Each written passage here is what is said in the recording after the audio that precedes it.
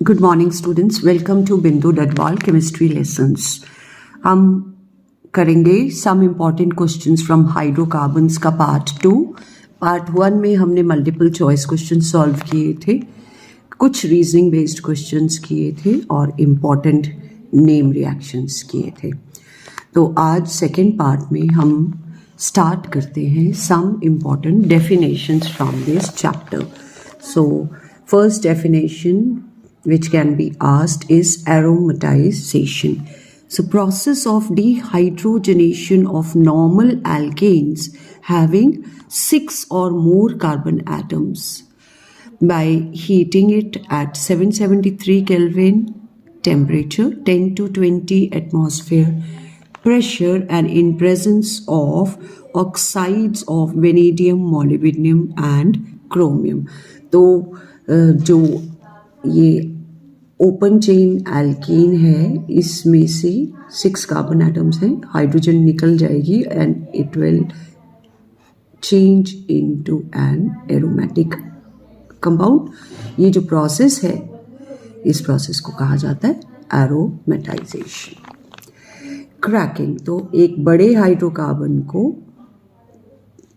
2 parts में divide करने के प्रोसेस को हम क्रैकिंग कहते हैं. It is done on strong heating.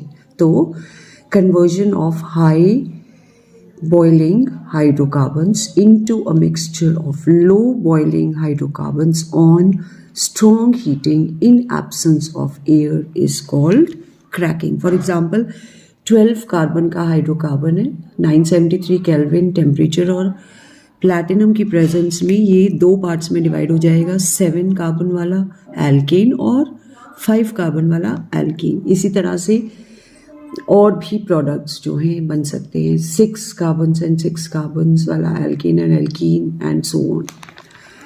Reforming is when we change a cyclic or open chain alkane into a aromatic hydrocarbon. The process is same as that of aromatization. Anti-knocking compounds which when mixed with gasoline or petrol try to improve the octane number, they decrease knocking in internal combustion engine, are called anti-knocking compounds.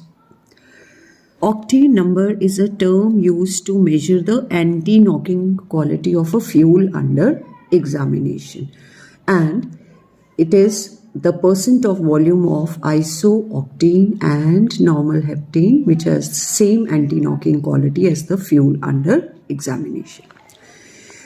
ये petrol के लिए use होता है और cetane number diesel के लिए use होता है. तो cetane number is the percent of cetane in a mixture of cetane and alpha methyl naphthalene. CNG is compressed natural gas. It is comprised of methane. Markovnikov's rule states that during the addition of attacking reagent to alkene, the addition takes place in such a way that the negative part of attacking reagent goes to that carbon which has lesser number of hydrogen atoms and positive part goes to that carbon which has more number of hydrogen atoms. Anti-Markovnikov rule occurs, this addition occurs in presence of organic peroxide, and the rule will state that the addition of attacking reagent will take place in such a way that the negative part of attacking reagent will go to that carbon atom which has more number of hydrogen atom and positive to that which has less number of hydrogen atoms. Carcinogenic hydrocarbons, so polynuclear hydrocarbons containing 2 or more benzene rings formed by incomplete combustion of organic molecule. These cause cancer, so they are carcinogenic. For example, coal, petroleum, tobacco and 1,2-benzpyrene. These are, when burned, they produce carcinogenic hydrocarbons. Then some reasoning based questions. Toluene can be nitrated more easily than benzene. Explain. तो toluene में एक electron releasing methyl group attached होता है जो कि benzene में नहीं होता. अब ये मिथाइल ग्रुप में कार्बन हाइड्रोजन सिग्मा बॉन्ड के इलेक्ट्रॉन्स बेंजीन के साथ कॉन्जुगेशन में आ जाते हैं और ऑर्थो और पैरा पोजीशन पे इलेक्ट्रॉन डेंसिटी को बढ़ा देते हैं। इस तरह से रिंग को एक्टिवेट कर देते हैं towards more electrophilic substitution reactions. So toluene is more reactive and more can be nitrated more easily than benzene. So answer is that due to hyperconjugation, methyl group activates the ring in case of toluene. So electron density increases on ortho and para position in the ring, whereas in benzene ring no activating group is present, which can show hyperconjugation. Why is benzene less reactive than cyclohexane? क्योंकि benzene जो है it is a resonance hybrid of two resonating structures, तो ये ज़्यादा stable होता है और इसके बॉन्ड आसानी से टूटता नहीं है, इसलिए वो लेस रिएक्टिव होता है। जबकि साइक्लोहेक्सेन में बॉन्ड्स ब्रेक हो सकते हैं, it does not show resonance, so it's more reactive. Out of benzene, metanitrobenzene and toluene, which will undergo nitration most easily? तो nitration is an electrophilic substitution reaction. अब toluene में electron releasing group benzene ring को activate कर देता है, ortho और para position पे electron density बढ़ा देता है, इस तरह से नाइट्रेशन ईजिली होगी। जबकि नाइट्रो ग्रुप इलेक्ट्रॉन विड्रॉइंग है, ये ऑर्थो और पैरा पोजीशन पे इलेक्ट्रॉन डेंसिटी को कम कर देता है, तो यहाँ पे सबसे ज़्यादा डिफ़िकल्टी से नाइट्रेशन होगी। तो ऑर्डर होगा toluene more easily nitrated than benzene than metadinitrobenzene. Why does benzene undergo electrophilic substitution reaction easily and nucleophilic substitution reaction with difficulty? क्योंकि बेंजीन में पाई इलेक्ट्रॉन्स होते हैं, तो क्योंकि इलेक्ट्रोफाइल को इलेक्ट्रॉन चाहिए तो इलेक्ट्रोफाइल अटैक करके सब्स्टिट्यूट हो सकते हैं आसानी से, इसलिए इलेक्ट्रोफिलिक सब्स्टिट्यूशन रिएक्शन होगा। लेकिन न्यूक्लियोफाइल नेगेटिवली चार्ज होता है, वो इलेक्ट्रॉन से रिपेल होगा और इसलिए न्यूक्लियोफिलिक सब्स्टिट्यूशन रिएक्शन नहीं होगा। Why alkynes are more acidic than alkenes and alkanes? तो इनके एसिडिक नेचर को हम इनकी हाइब्रिडाइजेशन से एक्सप्लेन कर सकते हैं। एल्काइन में sp हाइब्रिडाइजेशन होती है और 50% s कैरेक्टर होता है। एल्कीन में sp2 हाइब्रिडाइजेशन है और 33% s कैरेक्टर है, जबकि एल्केन में sp3 हाइब्रिडाइजेशन है और 4 में से एक s यानी 25% s कैरेक्टर है। तो due to greater s character in alkynes, the electrons are more tightly held by the nucleus. So ये electrons, ये कार्बन अपनी तरफ अट्रैक्ट कर रहा है, तो हाइड्रोजन आयन की रिलीज ईजियर है, इसलिए it's acidic in nature. Why do alkenes undergo electrophilic addition reactions? Because alkene में जो लूजली हेल्ड पाई इलेक्ट्रॉन्स होते हैं उनकी वजह से इलेक्ट्रोफाइल इनकी तरफ अट्रैक्ट होती है और इलेक्ट्रोफिलिक सब्स्टिट्यूशन रिएक्शन होता है। Why is benzene extraordinarily stable though it contains 3 double bonds? Because of resonance. Because of resonance जो है ये स्ट्रक्चर स्टेबल हो जाता है और बॉन्ड आसानी से टूटता नहीं है। Toluene can be nitrated more easily than benzene because of methyl group, which is electron releasing in nature, and hyperconjugation. Electron density on ortho and para position increases, so electrophilic substitution reaction occurs easily. तो nitro group electrophile है और आसानी से react कर जाता है। Cyclohexatriene is aromatic but cyclooctatetraene is not. Explain. Aromaticity के लिए pi electron cloud must contain total of 4n plus 2 pi electrons, where n can be 0, 1, 2, 3, etc. integer. अब साइक्लो इसके इस रूल के अकॉर्डिंगली 2, 6, 10 या 14 इलेक्ट्रॉन्स जो है एरोमेटिसिटी एक्सप्लेन करते हैं. अब साइक्लोहेक्साट्राइन में 6 इलेक्ट्रॉन्स हैं, सो ये एरोमेटिक है, जबकि साइक्लो ऑक्टा टेट्राइन में 8 इलेक्ट्रॉन्स हैं जो इस रूल में नहीं है, so it is not aromatic in nature. Some important reagents which can be asked. Grignard reagent क्या होता है? एल्काइल या एराइल मैग्नीशियम हेलाइड को हम ग्रिग्नार्ड reagent कहते हैं. बेयर्स reagent होता है अल्कलाइन KMnO4. ये जब एल्कीन या एल्काइन में डालते हैं तो इसका कलर डिस्चार्ज हो जाता है. इस तरह से अनसैचुरेशन को टेस्ट करने के लिए इसको यूज़ किया जाता है.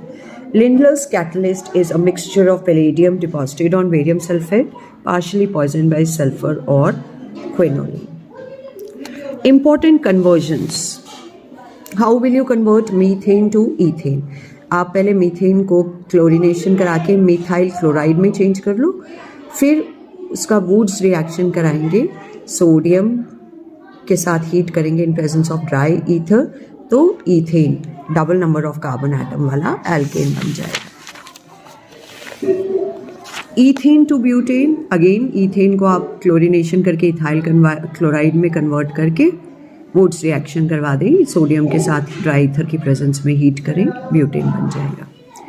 ईथेन टू ईथाइल, पहले ईथेन को इथाइल क्लोराइड में चेंज करके अल्कोहलिक KOH से हीट करेंगे, तो HCl निकल जाएगा जो KOH से रिएक्ट करके माइनस KCl एंड वाटर बनाएगा, और साथ में यहाँ डबल बॉन्ड आ जाएगा, ईथीन बन जाएगा.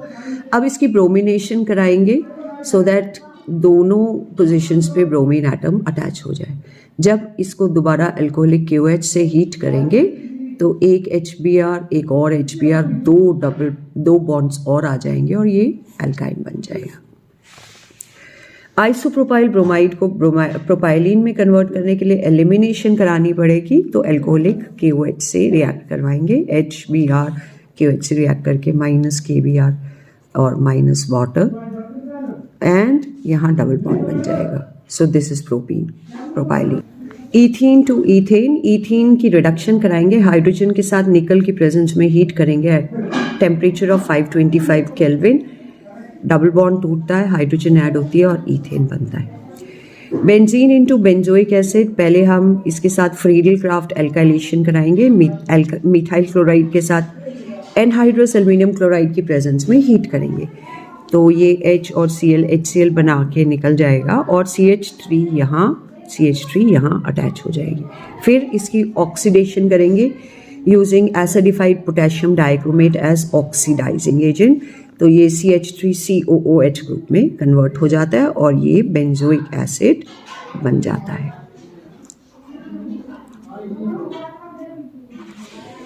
बेंजीन इनटू साइक्लोहेक्सेन, तो बेंजीन की रिडक्शन कराएंगे निकल at a temperature of 475 to 575 kelvin, cyclohexane बन जाता है. इथाइन टू मीथेन, इथाइन को पहले ऑक्सीडाइज करा के एल्डिहाइड में चेंज करेंगे using dilute sulphuric acid and mercury sulphate at 333 kelvin. फिर उसकी ऑक्सीडेशन कराएंगे using acidified potassium dichromate to change it into acetic acid. फिर उसको सोडियम हाइड्रोक्साइड से sodium salt of acetic acid में चेंज कर लेंगे और इसकी डी कार्बोक्सिलेशन रिएक्शन कराएंगे by heating with soda lime, which is a mixture of NaOH and calcium oxide in the ratio of 3:1. 630 kelvin पे हीट करने पर Na2CO3 निकल जाता है और CH4 बन जाता है. सो मीथेन बन गया. Benzene into benzene sulphonic acid के लिए हम सल्फोनेशन कराएंगे सल्फ्यूरिक एसिड के साथ एट 373 केल्विन इसको हीट करते हैं, तो सल्फोनिक एसिड ग्रुप अटैच हो जाता है और बेंजीन सल्फोनिक एसिड बन जाता है. देन एक क्वेश्चन पूछा जाता है, how will you distinguish between alkene and alkynes. तो पहले उनको ऑब्जर्व करेंगे, उनको बर्न करते हुए फ्लेम, नॉन ल्यूमिनस फ्लेम है तो एल्कीन, ल्यूमिनस है तो एल्कीन, और अगर स्मोकी फ्लेम है विद सूट तो एल्काइन होगा. ब्रोमीन डाल के कार्बन टेट्राक्लोराइड सोल्यूशन की प्रेजेंस में अगर ऑरेंज कलर डिस्चार्ज हो जाता है तो एल्कीन या एल्काइन है, और नहीं होता है तो एल्केन है। बेयर्स रिएजेंट डालेंगे, अगर पिंक कलर डिस्चार्ज हो गया तो अनसैचुरेटेड एल्कीन या एल्काइन है, और अगर ग्लाइकोल बना तो एल्कीन है, और अगर डाई कार्बोक्सिलिक एसिड बना तो एल्काइन है। अमोनिकल सिल्वर नाइट्रेट सोल्यूशन डालने पर यानी टॉलरेंस रिएजेंट डालने पर अगर वाइट प्रेसिपिटेट्स ऑफ सिल्वर एसिटाइलाइड बनते हैं तो एल्काइन है, नहीं एक्शन होता है तो एल्केन या एल्कीन है। इसी तरह अमोनिकल क्यूप्रस क्लोराइड सोल्यूशन डालने पर अगर रेड प्रेसिपिटेट्स कॉपर एसिटाइलाइड के बनते हैं तो एल्काइन है, और कोई एक्शन नहीं है तो एल्केन या एल्कीन है। इस तरह से हम एल्केन, एल्कीन और एल्काइन में डिस्टिंग्विश कर सकते हैं। देन कन्फर्मेशंस ड्रॉ करनी आनी चाहिए आपको। ईथेन की एक्लिप्स्ड एंड स्टैगर्ड, ब्यूटेन की eclipsed, staggered and anti and gauche, और साइक्लोहेक्सेन की chair and boat form. What is geometrical isomerism? What is the cause of geometrical isomerism? तो compounds having the similar structural formula but differ in spatial arrangements of atoms or groups around the carbon-carbon double bond are known as geometrical isomers. Phenomena is called geometrical isomerism. तो इसमें अगर दोनों group same side of double bond है तो cis isomer है, और opposite side पे है तो ट्रांस आइसोमर है। सो ये कुछ इंपॉर्टेंट क्वेश्चंस थे हाइड्रोकार्बन चैप्टर से जो हमने 2 वीडियोस में कवर किए हैं, पार्ट 1 एंड पार्ट 2। इनको अच्छे से तैयार कर लीजिए। All the best. That's all in today's video. Thank you. Have a nice day.